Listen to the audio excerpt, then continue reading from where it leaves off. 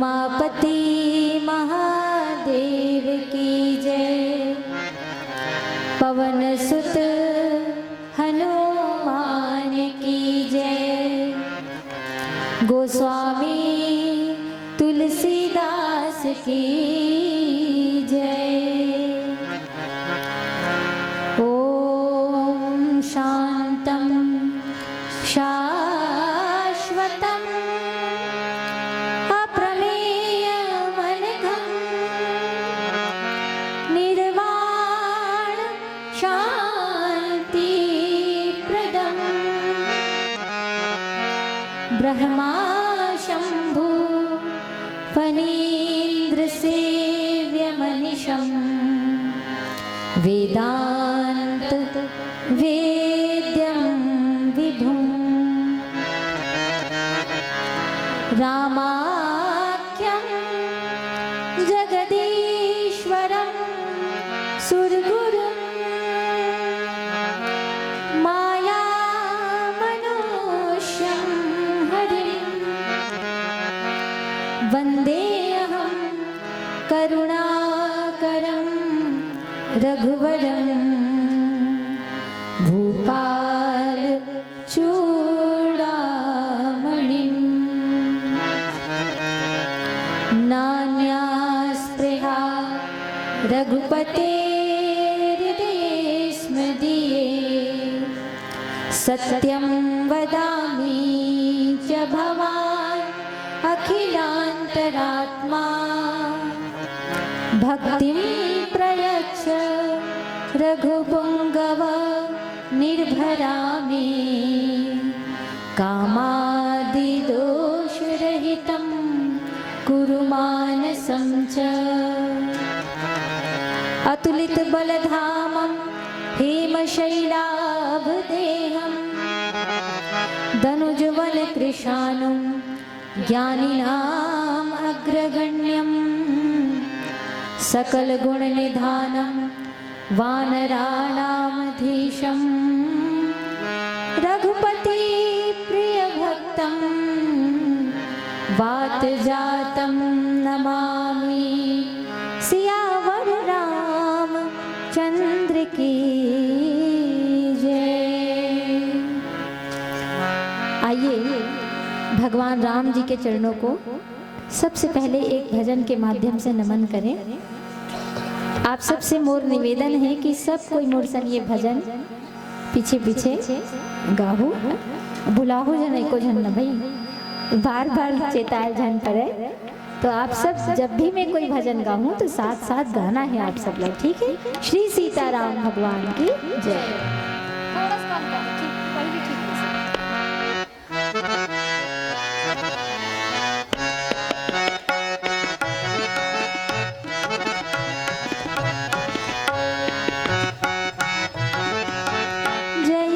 जयति जय जानकी रमणं जयति जयति जय जानकी रमणं जयति जयति जय जानकी रमणं जयति जयति जय जानकी रमणं हमको दे वरदान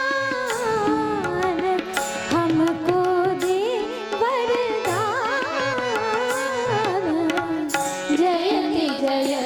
जय जानकी रमणं जयति जयति जय जानकी रमणं।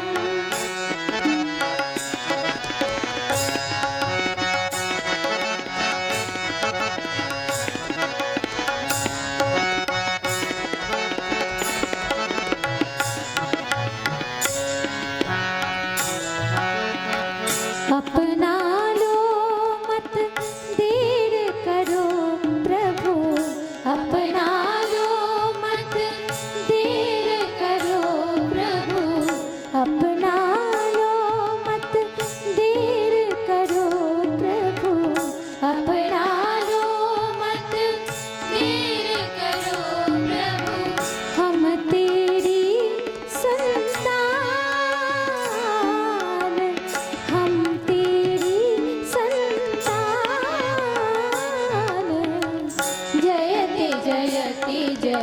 जानकी रमणं जयति जयति जय जानकी रमणं।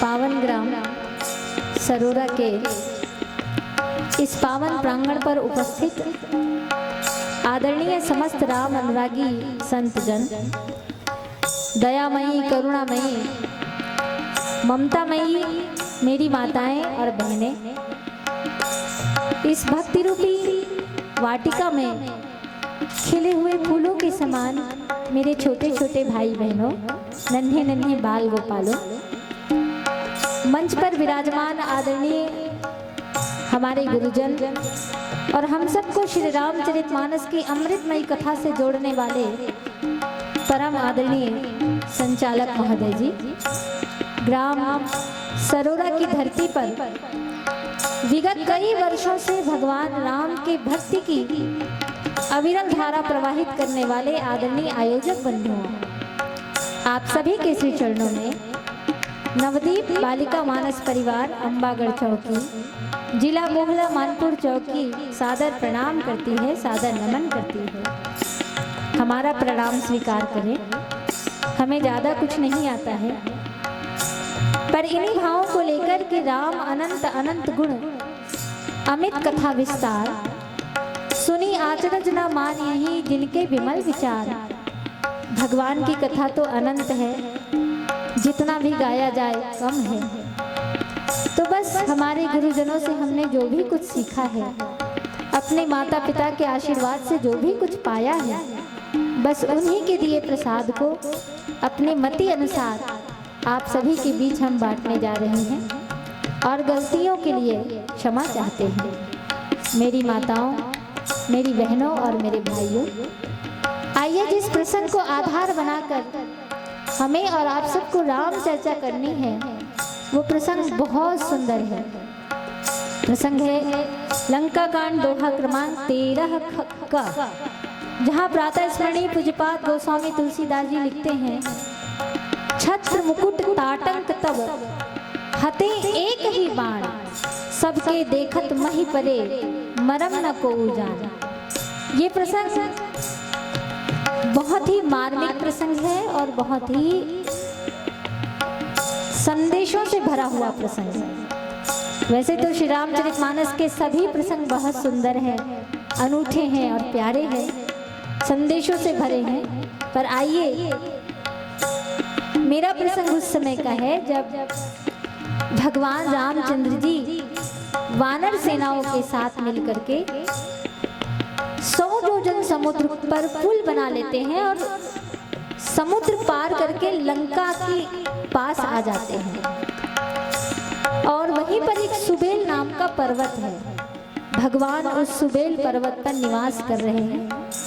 एक दिन की घटना है, एक दिन भगवान राम अपने वानर सेना सहित बैठे हुए थे और उस समय लंका के राजा रावण के छोटे भाई श्री विभीषण जी भगवान राम के शरण में आ चुके थे। तो राम जी ने, विभीषण जी और राम जी, लक्ष्मण जी सब कुछ चर्चा कर रहे थे।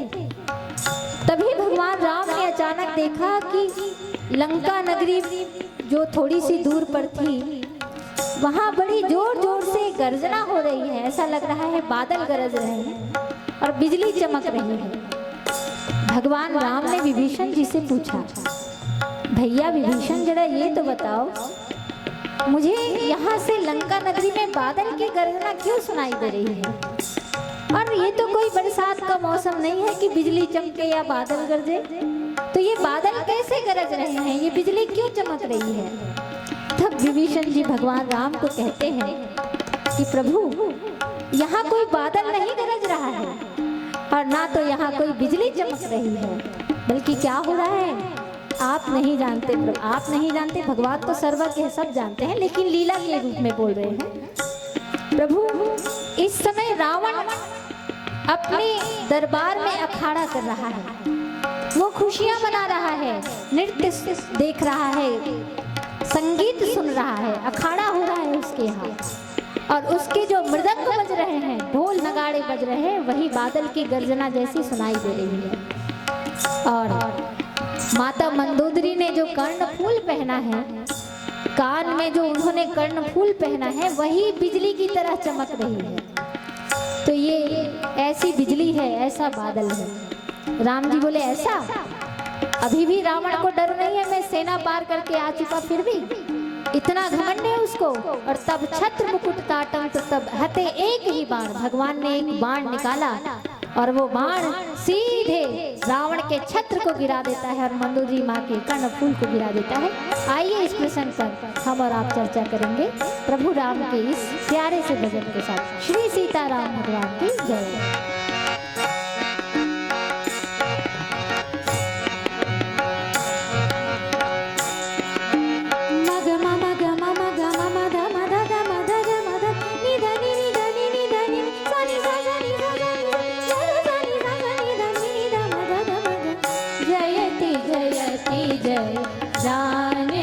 जानकी रमण भगवान राम का भजन है, आप लोग आइए मेरे साथ।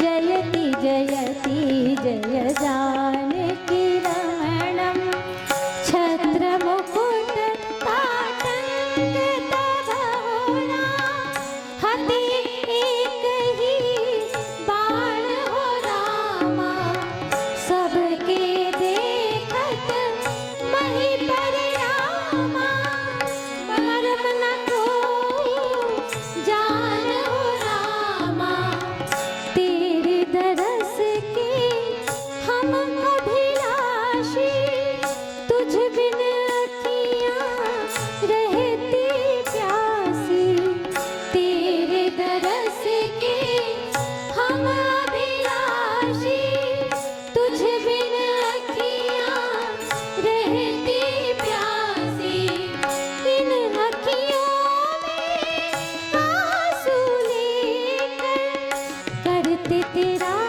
गुणगान। जयति जयति जय जानकी रमणम, जयति जयति जय जानकी रमणम, हमको दे वरदान, हमको दे वरदान। जयति जयति जय जानकी रमणम, जयति जयति जय जानकी रमणम, जयति जयति जय, जयति जयति जय, जयति जयति जय जानकी रमणम। बोलिए जानकी वल्लभ श्री रामचंद्र भगवान की। आइए हमारा प्रसंग छत्र मुकुट ताटंक तब हटे एक ही बाण, मंदोदरी माता के कर्णफूल और रावण के छत्र मुकुट को प्रभु ने क्यों गिराया, ये बड़ा मार्मिक और सुंदर प्रसंग हम सुनेंगे। इससे पूर्व एक भजन प्रभु के चरणों में समर्पित है, आप लोग मेरे साथ जरूर गाइएगा।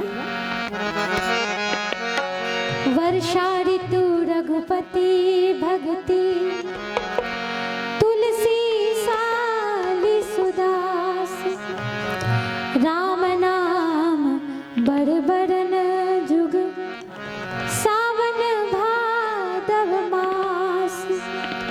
तुलसीदास जी कहते हैं कि भगवान की भक्ति वर्षा ऋतु के समान है और भगवान के भक्त धान के समान हैं। भगवान राम के नाम के दोनों अक्षर सावन और भादो के महीने के समान हैं। जैसे सावन और भादो में जब पानी ज्यादा गिरता है तो धान प्रसन्न होता है, वैसे ही भगवान का नाम जपने वाले जीव सदा प्रसन्न रहते हैं। आइए इसी सावन और भादों की बरसात में हम भी भीग जाएं।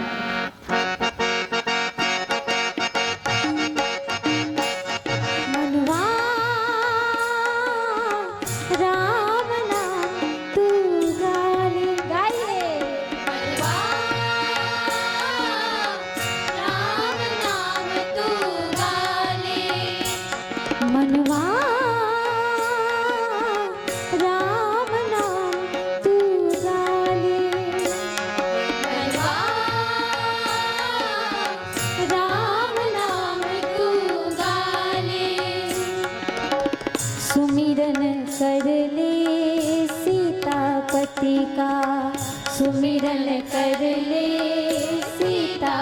सीतापति का सुमिरन कर ले सीतापति का सुमिरन कर ले सीतापति का तू भी अलख जगा ले बनवा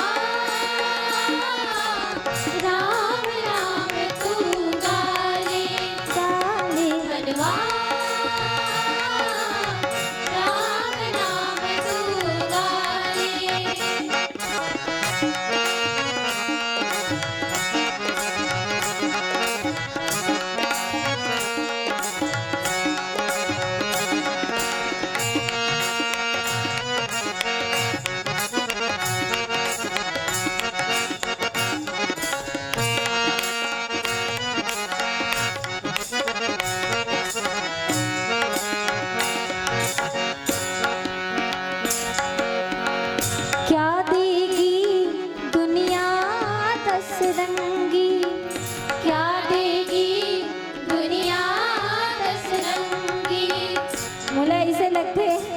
सरोरा के दीदी भैया मैं निच्चक भुलक्कड़ है मोर बात में भुला गए तेक जल्दी गाते तो एक आध छन तो गाओ चलो गाओ क्या देगी दुनिया दस रंगी क्या देगी दुनिया दस रंगी क्या देंगे ये साथी संगी क्या देंगे साथी संगी हरि का नाम सुमिर कर पगले हरि का नाम सुमिर कर पगले बिगड़ी सभी बना ले बनवा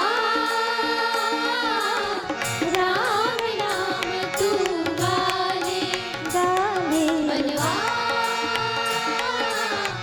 राम नाम तू गाले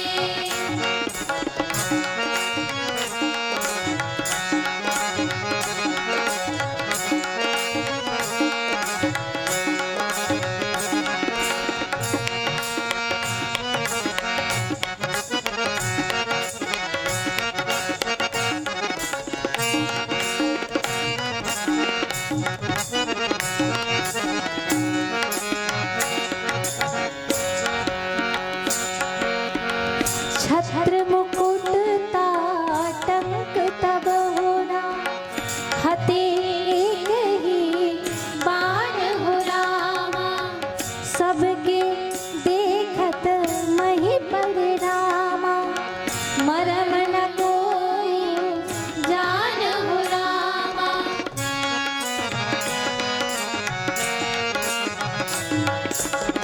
किसे पता है कल क्या होगा किसे पता है कल क्या होगा पता नहीं किस पल क्या होगा पता नहीं किस पल क्या होगा ये मन के तन्हा घेरी बेरी नहीं मिले एक गांव मिले है ना तो जो भी करना है यही जन्म में करना है अगले बार कहाँ मिली कौन जने मिल ही नहीं मिले तो नहीं जाना अवसर ऐसा फिर ना मिलेगा सर ऐसा फिर ना मिलेगा बिगड़ी सभी बना दे बनवा राम नाम तू गाले गाले बनवा राम नाम तू गाले सुमिरन कर ले सीतापति का सुमिरन कर ले सीतापति का सुमिरन कर ले सीतापति का सुमिरन कर ले सीतापति का तू भी अलख जगा ले बनवा राम नाम तू गाले गाले बनवा राम नाम तू गाले राम नाम तू गाले राम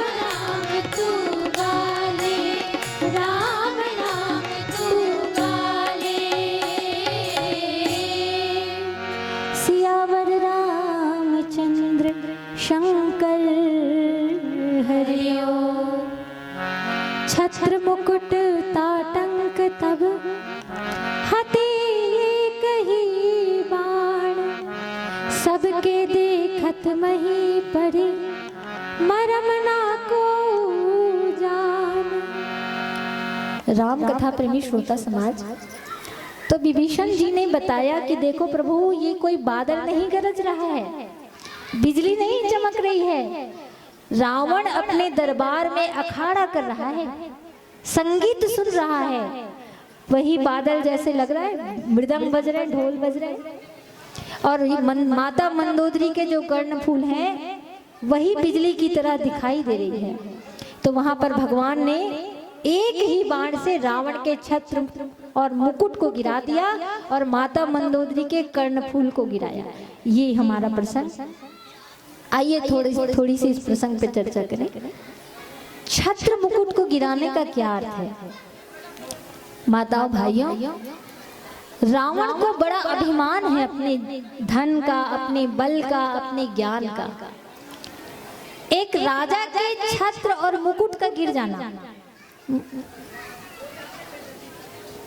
ये बहुत अशुभ होगा। भगवान मानो रावण को संकेत कर रहे हैं कि रावण, तुम अपने अभिमान में डूबे हुए हो, तुम संगीत सुन रहे हो, नृत्य सुन रहे हो, तुम्हें इतना भी ख्याल नहीं कि मेरी सेना समुद्र के इस पार आ चुकी है। चलो अभी मैं तुम्हारा अभिमान खत्म कर देता हूँ। तो छत्र मुकुट का गिरना एक राजा के लिए उसकी हार मान ली जाती है। भगवान राम ने भले ही बाद में रावण को बाण मारा, लेकिन अभी छत्र और मुकुट को गिराकर ही आधा उसको मार दिया। उसके अभिमान को भगवान यहाँ पर मारने के लिए बाण का प्रयोग करते हैं। अच्छा, ये एक ही बाण शब्द एक बार और आया है मानस में। कहाँ पर? जब सुग्रीव जी ने वो दाई, गुलाबी साल वाले दाई बने सुनत, बाकी मन के ध्यान बहुत कम है तो थोड़ा सा ध्यान से सुनो। जब सुग्रीव जी ने अपने बारे में भगवान राम को बताया कि प्रभु नाथ बाली अरु मैं दो भाई, प्रीति रहे कछु बरने न जाई, मेरा भाई बाली बड़ा अभिमानी है और उसने मेरी ही पत्नी को अपने पास रख लिया है और मुझे बन बन भटकना पड़ रहा है। हे प्रभु, मुझे बाली से छुटकारा दिला दीजिए। ठीक है, तो वहां भी गोस्वामी तुलसीदास जी एक ही बाण शब्द का प्रयोग करते हैं। गोस्वामी जी लिखते हैं, सुनो सुग्रीव मारी हो, सुनो सुग्रीव, मैं प्रण करता हूं कि बाली को एक ही बाण से मैं मारूंगा। सुनो सुग्रीव मारी हो, बाली कही बाण, ब्रह्म रुद्र शरणागत, गए न उब रही प्राण। मैं प्रण करत हूं बाली की सुग्रीव, मैं एक ही बाण से बाली ला मारूंगा। और यहाँ भी हते एक ही बाण। अच्छा, ये एक बाण शब्द एक घावा हुआ है मानस में बाली और रावण की कथा के अतिरिक्त। वो कहाँ है? जब भगवान राम और लक्ष्मण जी छोटे छोटे रिहीन हैं, तब गुरुदेव विश्वामित्र जी के यज्ञ ला राक्षस मनहा विध्वंस कर दे। तो गुरुदेव विश्वामित्र जी ला बहुत चिंता होगी कि मोर यज्ञ रक्षा कौन करे। गुरुदेव विश्वामित्र जी तब चिंतन करते कि अयोध्या में राजा दशरथ जी के घर भगवान राम और लक्ष्मण जो है, भगवान राम हा 4 अंश में अवतार ले है, तो राम हा साक्षात ब्रह्म के अवतार है। इकरे अंदर ऐसे सामर्थ्य है जो मोर यज्ञ के रक्षा कर सकते। तब गुरुदेव विश्वामित्र जी राजा दशरथ जी से राम और लक्ष्मण ला मांग के लिया थे यज्ञ रक्षा करे बारे। तो उस समय जब ताड़का के उद्धार करते भगवान राम, ताड़का कोने? सुबाहु और मारीच के माँ ताड़का नाम के एक राक्षसी थे, जेकर बेटा थे सुबाहु और मारीच। मन साधु संत मन जब यज्ञ करे ना तो कर यज्ञ ला विध्वंस कर दे। तो ताड़का के जब उद्धार करते तब भी गोस्वामी जी लिखते कि एक ही बाण प्राण हरि लिन्हा। वहां भी लिखते एक ही बाण, एक ही बाण प्राण हरि लिन्हा, दीन जानी तेहि निज पद दीन्हा। ठीक है, तो एक ही बाण प्राण हरि लिन्हा, सुन सुग्रीव मारी हाँ बाली एक ही बाण। और अभी भी लिखा छत्र मुकुट ताटंक, तब हते एक ही बाण। तीनों जगह एक ही बाण। भगवान के बाण में कैसन शक्ति है, भगवान के बाण के का महिमा है। सज्जनों, संत मन कही थे भगवान के बाण कृपा के प्रतीक है। और भगवान के बाण की विशेषता का है, जब हनुमान जी लंका नगरी में सीता माता के खोज करेल जात रहे थे, उस समय भगवान के बाण की विशेषता ला गोस्वामी जी लिखते हुए कहे, जिमि अमोघ रघुपति कर बाना, एही भांति चले हनुमाना। कैसन है भगवान के बाण? अमोघ है। अमोघ यानी एक बार तर्कस से जोन उद्देश्य ला लेके निकल गए, वो उद्देश्य ला पूरा करे बिना वो तर्कस में वापस नहीं आए। अमोघ भगवान जेला अपन बाण के निशाना बना ली, वो काम ला पूरा करके ही लौट गए। ये भगवान के बाण की विशेषता है। भगवान राम जी जो धनुष बाण धारण करते, उनमें धनुष जो है वो भगवान के धनुष जो है वो काल के प्रतीक है, और भगवान राम के बाण कृपा के प्रतीक है। ठीक है, कृपा के प्रतीक काबर मानेगी? देखो, ताड़का ला भी जब एक ही बाण से मारिस भगवान तो ये नहीं लिखी गोस्वामी जी की ताड़का मर गए, का लिखी? दीन जानते ही निज पद दिन्हा, ताड़का ला निज पद यानी भगवान के पद के प्राप्ति हो गए। सोचो, कोई राक्षसी जो इतना दुष्कर्म करते ओला भगवान बाण मारे तो ओला अपन पद दे दी, अपन चरण के इसमें स्थान दे दी। तेकरे स्थिति प्रभु के बाण ला कृपा के प्रतीक माने गए। इनमें ताड़का के कोई बड़ाई नहीं है, इनमें भगवान के बाण के बड़ाई है। बाली के भी जब उद्धार करीस तो भगवान के बाण से वो मरीस। तब का लिखते गोसाब जी ना, बहु छल बल सुग्रीव कर ही भारा भय मानी, मारा बाली राम तब हृदय मांझ सरतानी। लेकिन बाली अंतिम समय में भगवान ला कह देते, प्रभु अब मैं जीना नहीं चाहूं, अपन बेटा अंगद ला भगवान के चरण में सौंप के राम चरण दृढ़ प्रीत करी, बाली किन्ह तनु त्याग, सुमन माल जिमि कंठते गिरत न जानई नाग। अंत समय में बाली के का गति होते? राम चरण दृढ़ प्रीत करी। अंतिम समय में बाली के मन में भगवान के चरण के प्रति प्रेम उत्पन्न हो। तो यह प्रसंग में छत्र मुकुट ताटंक तब हते एक ही बाण। भगवान के बाण मारे के उद्देश्य का है? भगवान के बाण मारे के एक के उद्देश्य है रावण के अभिमान ला मारना। भगवान जब जब अपन बाण के प्रयोग करे है तो वो कोई व्यक्ति विशेष ला नहीं मारे है, व्यक्ति के अभिमान ला मारे है, ओकर घमंड ला मारे है। और यही सच है ना भाई, पापी ला मारे से अच्छा है कि पाप ला मार दिए जाए, जे पाप के कारण है ओला मार दिए जाए। और जब पाप के कारण मर जाते तो पापी कहाँ रहे थे, वो तो पुण्यात्मा हो जाते। तो भगवान जहां तक संभव हो सके भगवान के सोच है कि बोलो कोई व्यक्ति ला मारे मत लगे, बिना मारे ही वो अपन पाप ला स्वीकार कर ले, वो शरण में आ जाए। और यही उद्देश्य से आज भगवान राम जो है बाण चलाते। तो ये प्रसंग से हमें शिक्षा लेना चाहिए कि यदि हमारे हाथ से कोई पाप हो गए, मान लो कोई जाने अनजाने कई ठन पाप कर डर था, कई जन मन जानबूझ के पाप के लिए कर वापस कर दे, अन्यथा जेन बाण से आज तोर छत्र मुकुट ला गिराए हो, वही बाण से कल तोर तोला में गिरा के रख दूं, धरती में खाक बना के रख दूं, है ना। तो भाई अतका में तो रावण ला समझ जाना रही से, पर का करबे, फूल ही फर ही न बेद, जत्पी सुधा बरस ही जलद, मूरख हृदय न चेत, जो गुरु मिल ही बिरंची सम। आकाश से अगर अमृत भी बरस जाए ना तब बोले वेद फूले और फले नहीं, उसने ब्रह्मा के समान भी अगर कोनो गुरु मिल जाए तो मूरख के हृदय में चेत नहीं हो सके, है ना।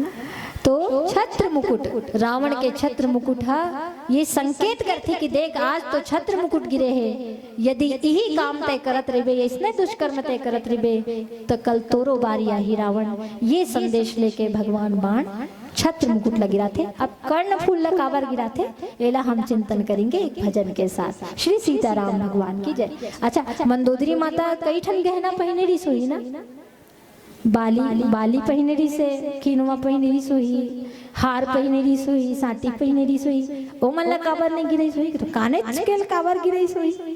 तो एकरो पीछे कारण है, चिंतन करेंगे भजन के साथ। श्री सीताराम भगवान की जय। भगवान के बाण हा रावण ला एक संदेश देवत है। आवो हम सब भी अपन मन ला वही संदेश देव। मत कर तू अभिमान रे बंदे, झूठी तेरी शान रे। मत कर तू अभिमान, मत कर तू अभिमान रे बंदे, झूठी तेरी शान रे।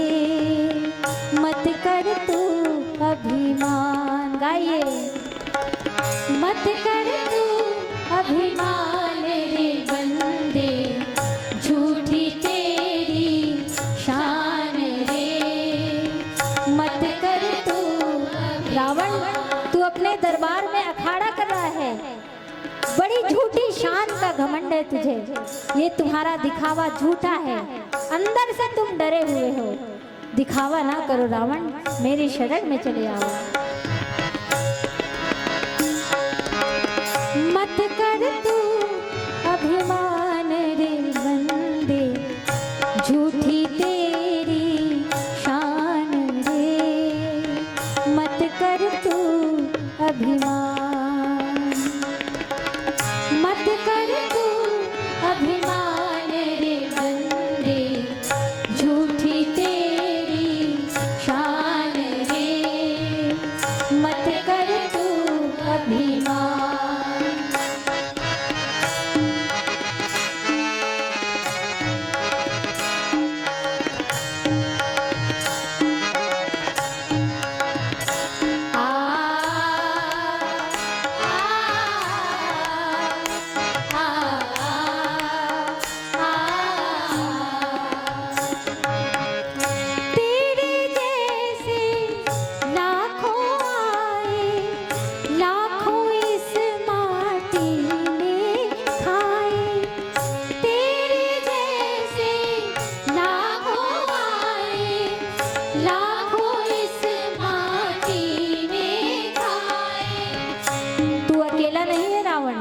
तेरे जैसे और कितने घमंडी दुनिया में आए और सब माटी में समा गए। एक दिन तुझे भी इसी माटी में मिल जाना है, इसलिए घमंड ना कर। तेरे जैसे लाखों आए, लाखों इस माटी ने खाए। तेरे जैसे लाखों आए, लाखों इस माटी ने खाए। रहा ना नाम निशान रे बंदे, झूठी तेरी शान रे। मत कर तू अभिमान, मत कर तू अभिमान रे बंदे, झूठी तेरी शान रे। मत कर तू अभिमान।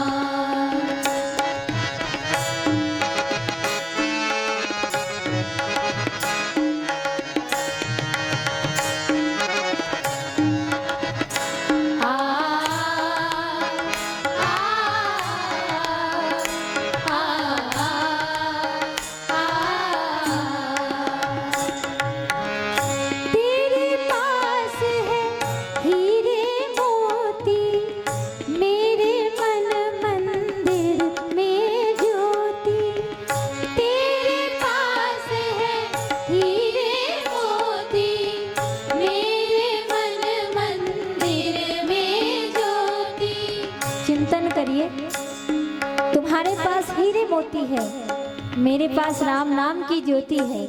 कौन धनवान है, कौन अमीर है भाई? हीरे मोती वाला कि भगवान का नाम जिसके पास है वो अमीर है? हीरे मोती को साथ लेकर जाएंगे क्या? नहीं जाएंगे। पर जो सत्कर्म करेंगे जो अच्छा काम करेंगे, जो अच्छा व्यवहार करेंगे, वो हमारे साथ जाएगा। इसलिए अच्छा व्यवहार करने वाला अमीर है, हीरे मोती इकट्ठा कर घमंड करने वाला गरीब। तेरे पास है हीरे मोती, मेरे मन मंदिर में ज्योति। तेरे पास है हीरे मोती, मेरे मन मंदिर में ज्योति। कौन हुआ धनवान रे बंदे, झूठी तेरी शान रे, मत कर तू अभिमान, मत कर तू अभिमान रे बंदे, झूठी तेरी शान रे, मत कर तू अभिमान। ओ झूठी तेरी शान रे, मत कर तू अभिमान, झूठी तेरी शान रे, मत कर तू अभिमान, मत कर तू अभिमान। मानो भगवान अपने बाण से रावण को यही संदेश दे रहे हैं कि मत कर तू अभिमान। अब कर्ण फूल काबर गिरे सोई ओ ढहराओ, उत्ते कन गहना में कानेज के खीनवल काबर गिरे सोई। तो संत जन यहाँ पर संदेश करते हैं, देखिए मंदोदरी माँ कौन है? ये रावण की पत्नी जरूर है, पर रावण की तरह नहीं है। रावण अभिमानी है, मंदोदरी भगवान की भक्तन है। मंदोदरी भगवान के बारे में जानती हैं, भगवान के ब्रह्म रूप को पहचानती हैं। मंदोदरी माता का नाम पंच कन्याओं में गिना जाता है, ये कोई साधारण नारी नहीं है।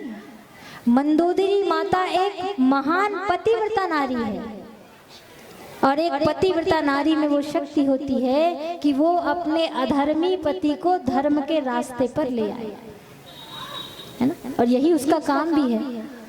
अब रावण नहीं माना, इसमें उसकी गलती है, पर माता मंदोदरी ने अपना कर्तव्य बहुत अच्छे से निभाया। ठीक है। तो भगवान ने कान के पास बाण मार के ये संकेत किया कि देखो मंदोदरी, तुम्हारे कानों में मैं अपना संदेश पहुंचा रहा हूं कि अपने पति को समझा देना, क्योंकि तुम एक पत्नी हो, एक धर्म पत्नी हो, और तुम्हारा पति जो है वो पाप कर्म में लिप्त है। इसलिए धर्म पत्नी का काम है पति को धर्म के रास्ते पर ले आना। तो मंदोदरी, मेरे संदेश को तुम अपने पति को सुना देना। समझ गए? इसलिए कान का ही बाण मारा, कान वाला गहना गिराया। इस संकेत को माता मंदोदरी ने समझ लिया, माता मंदोदरी ने जान लिया इस संकेत को, पर रावण नहीं जान पाया, क्योंकि घमंड का पर्दा पड़ा है। मेरी माताओं और सज्जनों, देखो माँ मंदोदरी एक ऐसी माँ है। मुझे एक चीज, एक ठंड बात बोला आज तक समझ नहीं है, ये जद का अच्छा वाले पत्नी रीति थी कर पति मने इसने का बार रीते का बहुत ज्यादा अक्सर देखे मिलते ना, जीकर पत्नी मने एकदम अच्छा रही, उकरेज पति मने एकदम लाहो लेते रहते। अब देखो ना, तारा माता है ना, बाली के पत्नी, तारा भी बाली कितना समझाते, तारा मैया बाली लकतेक समझाते कि प्रभु जिस राम से आप, जिस सुग्रीव से आप युद्ध करने चाहते जा रहे हैं, वो सुग्रीव कभी आपसे इतना डरता था, आज इतना ललकार क्यों रहा है? जरूर इस सुग्रीव के साथ किसी का बल है। और तब तारा जी को पता चलता है कि राम जी सुग्रीव का साथ दे रहे हैं, तो तारा ने बाली को बहुत मना किया था, पर बाली ने तारा की बात नहीं सुनी थी। कह दिया, कह बाली सुनु भीरु प्रिय समदर्शी रघुनाथ, जो कदाचि मोहि मारहि तो पुनि हो सनाथ। अरे पत्नी, तुम बड़ी डरपोक हो, भगवान मुझे क्यों मारेंगे, मार भी देंगे तो तर जाऊंगा, इतना डरना नहीं। वो ऐसे ही टाल दिया था, नहीं सुनी थी उसकी बात। मंदोदरी माता ने भी रावण को बहुत समझाया था, पर रावण ने भी उसकी बात नहीं सुनी। तो ऐसनेच मल्ला ऐसनेच पत्नी काबर मिलते कथू। तो लेकिन खैर वो तो विनोद के बात है। बहुत कभी कभी ऐसे भी गृहस्थ रहते जहाँ दोनों बहुत अच्छा रहते, और भगवान करे सबके गृहस्थ ऐसा हो। लेकिन एक बात चिंतनीय है माताओं भाइयों, पति ला पत्नी के बात कब मानना चाहिए और कब नहीं मानना चाहिए, ये दो बात चिंतन करने योग्य है। अथवा तो दूसरा पक्ष देखन कि पति के बाद पत्नी ला कब मानना चाहिए कब नहीं मानना चाहिए। अभी पत्नी के बाद ला पति कब मानना चाहिए वाले ज्यादा प्रसंग है, तो वही मैं बता था। पत्नी के बाद पति ला कब मानना चाहिए और कौन हा मानिस तो विपत्ति है, कौन हा नहीं मानिस तो विपत्ति है। तो मानस में एक सबसे अच्छा उदाहरण है राजा दशरथ जी हा के कई मैया के बात ला मान लीस तो विपत्ति है ना, ओकर वरदान ला स्वीकार करिस्ते नहीं। जबकि रावण और बाली अपन अपन पत्नी के बात ला नहीं मानिस तब विपत्ति है। तो समस्या है मानन ते नहीं मानन, कैसे भैया समस्या है नहीं है। तो मैं सुलझा देता हूँ समस्या, मैं नहीं संत मन सुलझा है कि जब आपके पत्नी राम से जोड़े के बात करे तो मान लीजिए, और राम से अलग करे के बात करे तो मत मानिए। पाप से दूर करे के बात करे तो मान लीजिए, और पाप में लिप्त होए के बात करे तो मत मानिए। धर्म से जोड़े के बात करे तो मान लीजिए, और अधर्म की ओर प्रेरित करे तो मत मानिए। बस यही सूत्र है श्री रामचरितमानस के। राम कथा प्रेमी श्रोता समाज ऐसन सुनता जे परिवार में होते, एक दूसरे के प्रति सहयोग, एक दूसरे के प्रति प्रेम, वो घर में कभी विपत्ति नहीं आ सके। जहाँ सुमति तह संपत्ति नाना, जहाँ कुमति तह विपत्ति निदाना। और ये मेरी ही हुआ थे, रावण के अंदर कुमति बस गए है। कुमति यानी कुबुद्धि बस गए, ओकर मन हम मैला गए। और मन मैला थे तो का होते, कहीं दिखे नहीं, सच्चाई दिखे नहीं, अपने चेहरा नहीं दिखे। दर्पण में इला जाइए तो चेहरा दिखते का, तो हमार मन भी तो एक दर्पण है। आज रावण के मन रूपी दर्पण अभिमान के मैल से धुंधला हो चुके हैं। छत्र मुकुट ताटंक तब हते एक ही बाण, सबके देखत मही परे मरम न को जान। पर रावण ला मरम भी पता नहीं चली। रावण ही क्यों मरम न को जान, को यानी कोनो नहीं जान से किसके छत्र मुकुट और माता मंदोदरी के कर्णफूल गिरिस कैसे। गिरे के बाद सब लोग पता चले इसके गिर गए, लेकिन गिरते हुए कोई नहीं देखी। ऐसे प्रभु के बाण के महिमा है। गोस्वामी तुलसीदास जी की थे कि मरम न को जान, भगवान के मरम ला सच में को नहीं जान सके। लेकिन कौन कोई जान सकते, पर कौन जान सकते जेला वो जनवाना चाहे। जैसे केवट है कहीं नहीं, मागी नाम न केवटवाना, कहूँ तुम्हारे मरम में जाना।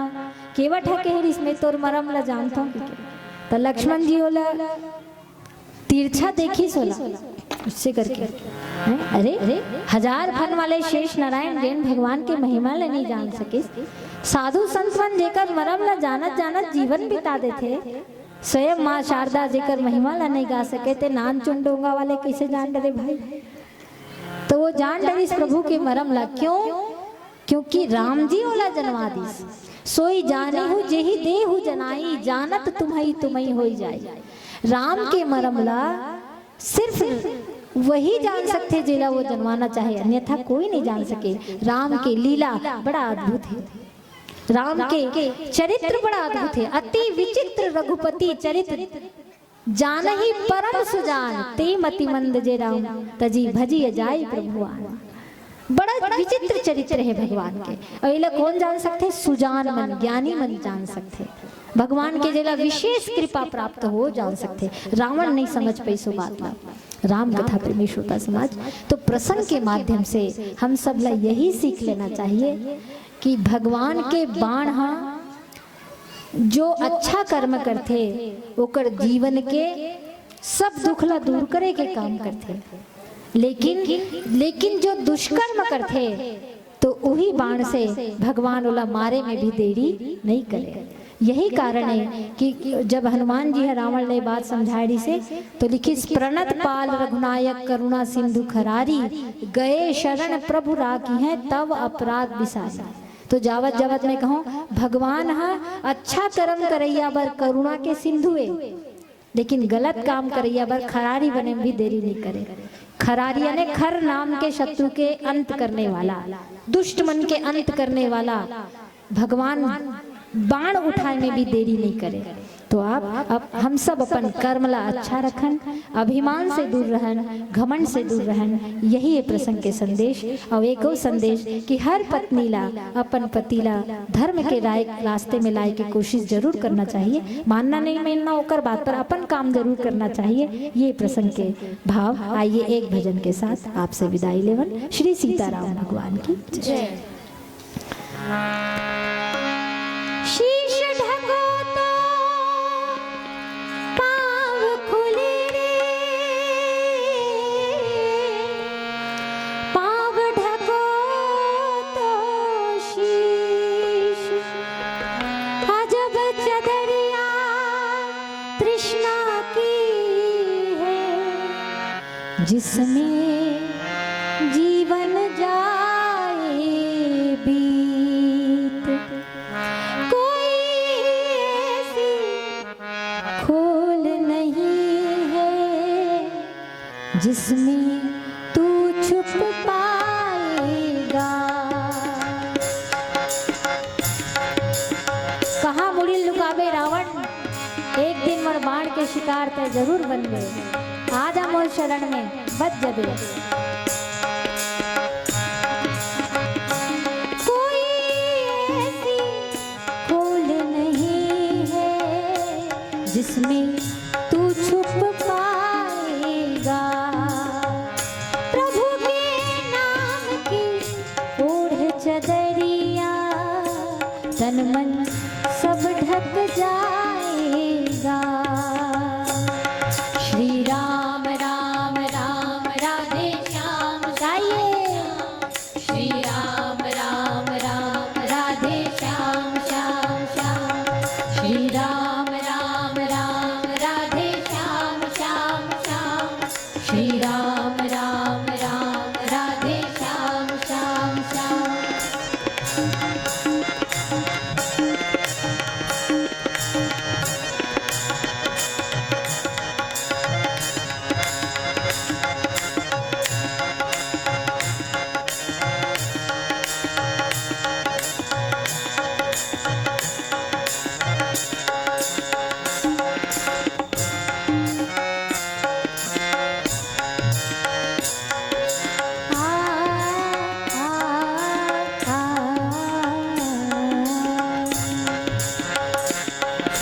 बड़ी गुण वाली राम नाम की चदरिया,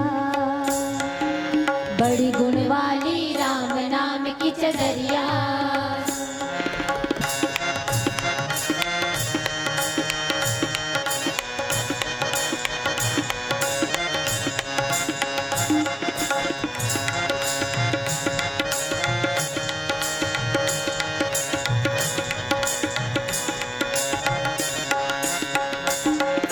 सूर ने ओढ़ी कृष्ण नाम की चदरिया, सूर ने ओढ़ी कृष्ण नाम की चदरिया। श्री राम राम राम राधे श्याम श्याम श्याम। श्री राम राम राम राधे श्याम श्याम। हरि बोल। श्री राम राम राम राधे श्याम श्याम श्याम। श्री राम राम राम राधे श्याम श्याम श्याम। श्री सीताराम भगवान की जय। भारत माता की जय। भारतीय संस्कृति की जय।